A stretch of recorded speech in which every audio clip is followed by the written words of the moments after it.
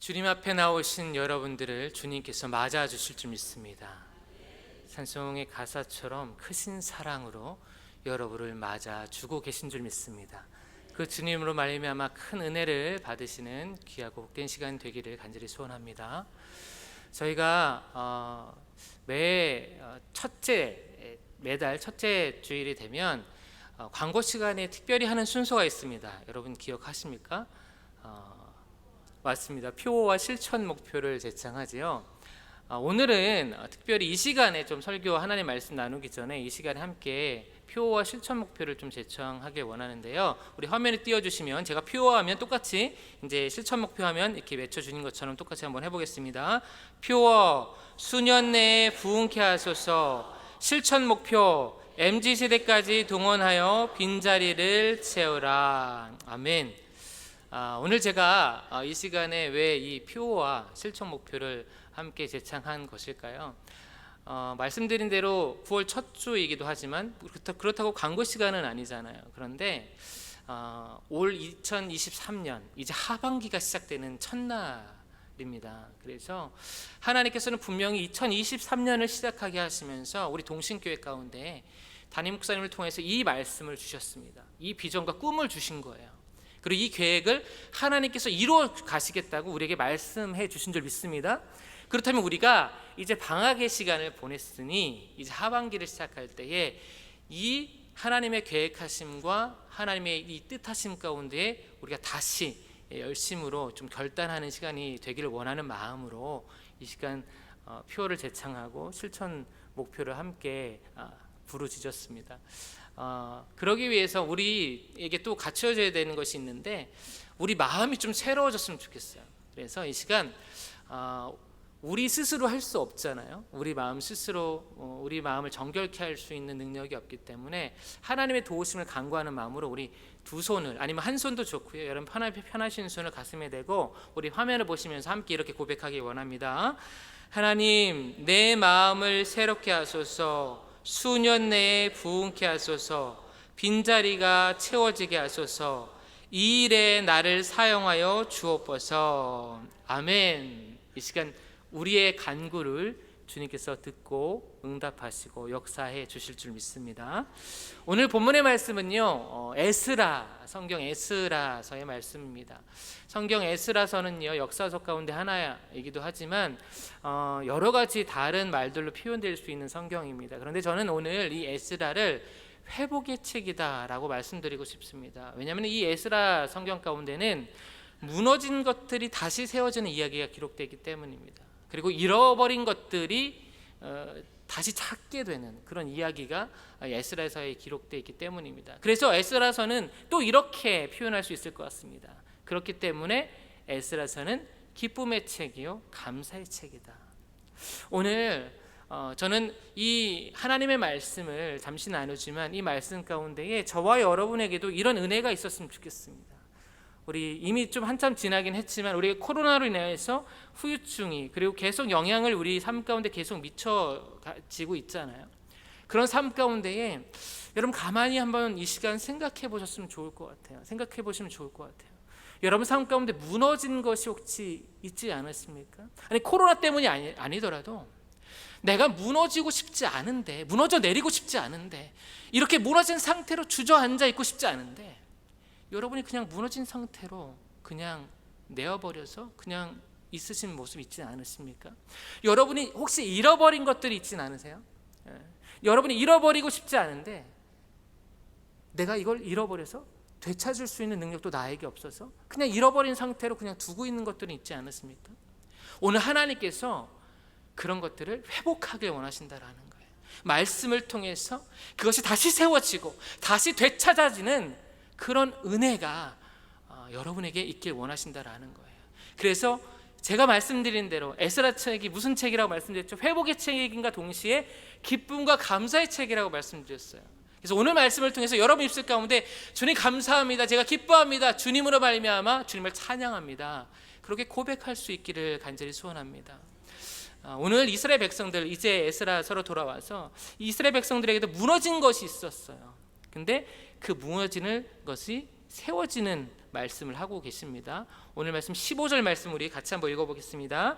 다리오 왕 제6년 아달월 3일에 성전 일이 끝내니라. 아멘.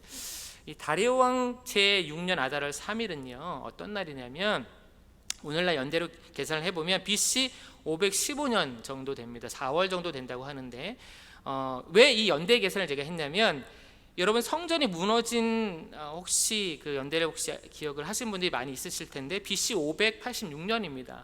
그러니까 지금 성전이 다시 세워졌다는 말씀이거든요. 이 한 절의 짧은 말씀이지만 무너졌던 예루살렘의 성전이 다시 세워졌다라고 말씀하신 게 오늘 이 15절 말씀이에요.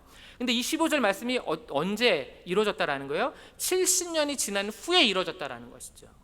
그런데 이 70년은요 그냥 하늘에서 뚝 떨어진 숫자가 아니라 이미 하나님께서 특별히 예레미야를 통해서 예언하신 말씀이다라는 것입니다. 예레미야서 29장 10절 말씀을 같이 읽겠습니다. 여호와께서 이와 같이 말씀하시니라. 바벨론에서 70년이 차면 내가 너희를 돌보고 나의 선한 말을 너희에게 성취하여 너희를 이곳으로 돌아오게 하리라. 아멘. 여러분, 하나님께서 이미 말씀하셨다라는 거예요. 이 70년이라는 숫자를 그냥 어떻게 하다 보니까 성전 건축하고 보니까 70년이 됐네 이게 아니라 하나님이 딱 정확하게 70년을 정해놓으신 거예요. 이 정해놓으신 70년이 딱 되니까 하나님이 내가 사랑하는 백성 이스라엘 백성들을 바라보고 선한 말을 통해서 그 말이 성취되게 해서 너희를 이곳으로 예루살렘으로 다시 돌아오게 하셨다라는 것입니다. 그게 오늘 이루어진 거예요. 근데 그것이 이루어졌을 뿐만 아니라 오늘은 무엇이 이루어졌다고요? 성전이 재건됐다라는 거예요. 무너졌던 성전이 재건됐어요. 그런데 이 무너진 성전도 역시 하나님께서 이미 말씀하신 그런 예언의 말씀이다라는 것이죠. 이사야서 44장 28절 말씀인데요. 이 말씀은 제가 읽겠습니다. 고레스에 대하여는 이르기를 내 목자라 그가 나의 모든 기쁨을 성취하리라 하며 예루살렘에 대하여는 이르기를 중건되리라 하며 성전에 대하여는 내 기초가 놓여지리라 하는 자니라. 아멘. 여러분 잘 아시는 것처럼 이 성전이 재건되는 데 있어서 가장 큰 힘을 공헌을 한 사람은 다른 어떤 누구도 아니라 고레스라는 사람입니다. 바사왕의 초대 왕인 고레스라는 사람인데 오늘 말씀을 보니까요 이 말씀은 이사야가 예언한 말씀이에요. 그런데 지금 이 고레스를 통해서 성전이 완공된 거는 그 이사야가 예언한 시기와 기간이 얼마나 되냐면 160년이나 전에 이사야가 예언한 말씀이다라는 거예요. 다시 말해서 하나님께서는 이 일을 이루실 때 특별히 이스라엘 백성들을 포로에서 70년을 보내게 하시고 포로 귀환을 하게 하셔서 성전을 재건하게 하실 때 이 일을 이루실 때 고레스라는 사람을 통해서 이미 160년 전에 예언하셨다라는 거예요. 계획하셨다라는 것입니다. 이것을 하나님이 오늘 이루신 거예요. 여러분, 하나님은 이런 분이십니다. 하나님이 하신 말씀 그대로 성취하시고 이루시는 분이세요.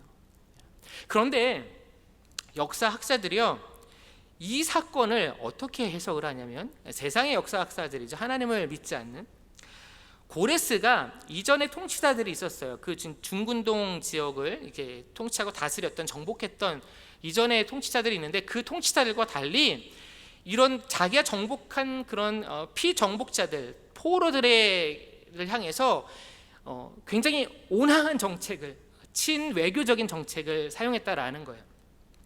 그들 관용적인 정책을 사용했다라는 것이죠. 그래서 이런 그 고레스의 정책에 대해서 기념비를 이렇게 발견을 했는데 고고학적으로도 고증이 될 수 있는 거기에 어떤 내용이 있냐면 고레스 왕을 통해서 바사가 정복한 그 나라들의 포로들을 때가 됐을 때 다 각국 본국으로 그 민족이 속해 있는 나라로 다 돌려보냈다라는 기록이 있다라는 거예요. 그러니까 다시 말해서 그 민족들 가운데 유대 민족도 하나였다라는 것이죠. 그러니까 특별하게 유대인들에게만 이 일이 일어난 것이 아니다라고 학자들은 이야기하고 있다라는 거예요. 여러분들은 어떻게 생각하세요? 아니, 우리는 어떻게 생각해야 될까요? 어떤 말씀을, 어떤 것을 믿어야 될까요? 오늘 성경 우리에게 다시 한번 정확하고 확실하게 말씀하고 계세요. 에스라서 1장 1장 1절의 말씀입니다. 이 말씀을 같이 한번 읽어보겠습니다. 바사왕 고레스 원년에 여호와께서 예레미야의 입을 통하여 하신 말씀을 마음을 감동시키며 그가 온 나라에 공포도 하고 조서도 내려 이르되. 아멘. 여러분, 지금 성경은요 에스라에서 한 번 더 반복하고 있어요. 근데 이 말씀은 역대하 마지막 부분에도 나와 있어요. 무슨 얘기예요? 이스라엘 백성들을 포로에서 70년이 차서 다시 귀환하게 하시고 돌아오게 하신 것, 그리고 그들에게 성전을 재건하게 하신 것, 누가 하신 것이다라는 거야? 여호와 하나님께서 하셨다라는 거예요. 다른 어떤 무엇이나 어떤 누가 고레스가 그런 외교적인 정책으로, 그렇게 온화한 정책으로, 그렇게 친화적인 정책으로 그들을 돌이키게 하고 그들에게 성전을 짓게 한 게 아니라, 하나님이 다른 어떤 사람, 다른 어떤 존재가 아니라 하나님이 그렇게 하셨다라고 우리에게 확증하고 계신 거예요. 확실하게 말씀하고 계신다라는 것입니다. 그런데 그 하나님께서 어떻게 고레스에게 하셨다라고 말씀하고 계세요? 오늘 말씀 보니까 감동시키심에라고 말씀하고 계세요. 이 감동시키다라는 이 말씀은요, 원어로 보면 어떤 뜻이냐면 잠자는 사람을 흔들어서 깨우다라는 표현이 있어요. 그러니까 꼭 잠자는 사람뿐만 아니라 다른 생각하고 있는데 그 사람을 막 흔들어가지고 깨운다라는 표현이 감동시키다라는 표현이에요. 무슨 말씀이에요? 하나님께서 고레스를 그냥 그저 그 스스로가, 그 자신이 내가 좀 더 이방인들에게 좋은 이미지를 갖고 있는 왕이 되려면 이런 친화 정책을 써야겠구나 해서 외교적인 정책으로 그들을 돌이킨 게 아니라, 하나님께서 하나님의 백성을 하나님의 말씀대로, 그 말씀을 예언대로 성취하고 그것을 이루시게 하기 위해서 고레스를 잡아서 흔들어서 깨우셨다라는 거예요. 그래서 그로 하여금 이 하나님의 말씀을 이루도록, 성취도록 하게 하셨다라는 것입니다. 왜요? 이스라엘 백성들에게는 그 일을 할 수 있는 능력이 없었기 때문에. 그래서 하나님께서는 고레스를 들어서 그 일을 하도록 사용하신 것이다라는 거예요. 여러분, 여러분들의 삶을 한번 잠깐 생각해 보길 원합니다. 여러분의 삶에 지난, 특별히 코로나가 아니더라도 제가 다시 한번 여러분에게 질문 드리고 싶어요. 여러분 삶 가운데 정말 무너지고 싶지 않은, 무너져서 쓰러지고 싶지 않은 그런 삶의 자리가 여러분 있지 않으십니까? 아까 제가 말씀드린 것처럼, 아까는 말씀드렸을 때 생각나지 않았지만 조금씩 여러분의 삶의 자리에서 내가 잃어버리고 싶지 않은 것이 있는데 내가 잃어버릴 수밖에 없는, 내가 되찾고 싶지만 되찾을 수 있는 능력이 내게 없는, 내가 이것을 다시 회복하고 싶지만, 다시 일어서고 싶지만 내 힘으로 할 수 없는 그런 지금 현실 가운데 여러분 계신 분이 있진 않으십니까? 오늘 주님께서 이 말씀을 통해서 저와 여러분에게 말씀하고 계세요. 하나님이 어떻게 하신다고요? 우리 스스로 할 수 없다면 이 땅의 권세자라도 내가 잡아서 깨워서 흔들어서 그로 하여금, 우리로 하여금 하나님께서 우리를 회복시키시고 다시 일으키게 세우시고 우리의 잃어버린 것을 되찾게 하시겠다고 오늘 말씀하고 계신다라는 거예요. 이 말씀을 기억하시면서, 이 말씀을 바라보시면서 그런 순간과 그런 자리에 여러분이 놓여 있다면 그 주님을, 이 말씀을 기억하시면서 이 말씀을 붙잡으시기를 간절히 소원합니다. 하나님께서 이렇게 이스라엘 백성들 가운데에 성전을 회복하게 하신 이유는 다른 데 있는 것이 아니라 이스라엘 백성들에게 이 성전이 굉장히 중요한 의미를 갖고 있었던 것이기 때문입니다. 우리가 많은 성경의 말씀 가운데 잘 알고 있는 것처럼 이스라엘 백성들에게는 이 성전은요, 그들의 삶의 중심이었고 그들의 목숨과도 바꿀 수 없는 너무나 소중하고 중요한 것이었어요. 그런데 바벨론이라는 나라에 의해서 이 성전이 무너져 내린 거예요. 다시 말해서 하루아침에 그들의 삶의 모든 것이 다 사라져버린 것 같은 그런 것을 경험한 것입니다. 그것을 근데 오늘 본문에서는 70년을 계속해서 경험했다라는 거예요. 근데 하나님께서 그들의 이런 연약함을 아시고 그들 스스로 할 수 없기 때문에 하나님이 이것을 다시 세울 수 있게 하셨다라는 것입니다. 저와 여러분도 마찬가지인 것 같아요. 하나님께서 여러분, 우리가 무너진 것들, 우리 삶 가운데 잃어버린 것들 가운데에 가장 최우선으로 온전히 회복되게 원하시는 게 있다면 그것이 무엇일까요? 조금 더 직접적으로 말씀드려 볼까요? 우리의 코로나 기간 동안에 우리가 원하지 않는, 정말 상상할 수 없었던 우리의 예배가, 우리의 제단이 무너졌었잖아요. 하나님이 가장 회복하게 원하셨던 게 무엇일까요? 그리고 지금도 회복하게 원하시는 게 무엇일까요? 온전히, 완전히 이전과 같이, 아니 이전보다 더 완벽하게 회복하게 원하시는 건 무엇일까요? 우리 예배인 줄 믿습니다. 여러분이 예배의 모습을 돌아보시길 원합니다. 그것이 어떤 누구의 탓이 아니라, 어떤 누구의 책임 때문이 아니라 그럴 수밖에 없었어요. 상황이 사실 여기서 예배를 드릴 수가 없었잖아요. 물리적으로 예배를 드릴 수 없는 상황이 있었잖아요. 그러므로 인해서 우리의 예배가 온라인 예배, 교회가 아닌 다른 곳에서 예배를 드리다 보니까 우리의 마음이 연약해질 수밖에 없었다라는 거예요. 그러나 하나님께서 지금 이렇게 회복시켜 주셨어요. 그런데 여러분들에게 질문 드리고 싶어요. 여러분의 지금의 예배는 온전한 모습이십니까? 그러나 오늘 하나님께서 여러분의 예배가 연약함이 있다 하더라도 오늘 하나님께서 여러분의 예배를 다시 오늘 성전이 재건된 것 같이 세워주시겠다고 말씀하고 계신 줄 믿습니다. 그 은혜가 여러분에게 있길 원해요. 그렇다면 하나님께서 이제 성전을 다시 세워주셨어요. 무너진 성전을 이스라엘 백성들에게. 근데 이제 이스라엘 백성들께 잃어버린 것을 또 한 가지를 회복시켜 주세요. 그 이야기가 이제 19절에 나옵니다. 19절 말씀을 우리 같이 한번 읽어보겠습니다. 사로잡혔던 자의 자손이 첫째 달 14일에 유월절을 지키되. 아멘. 여러분, 오늘 이제 함께 읽은 본문의 말씀이 시작되는데, 이 말씀이 이제 그 시기는 어떤 시기냐면 첫째 달 14일이에요. 그러니까 하나님이 이제 성전을 재건하게 하셨어요. 그래서 이스라엘 백성들은 너무 감사해서 하나님께 성전 봉헌식을 드렸어요. 봉헌식을 드리면서 할 수 있는 모든 것들을 다 해서 하나님께 제사를 드렸어요.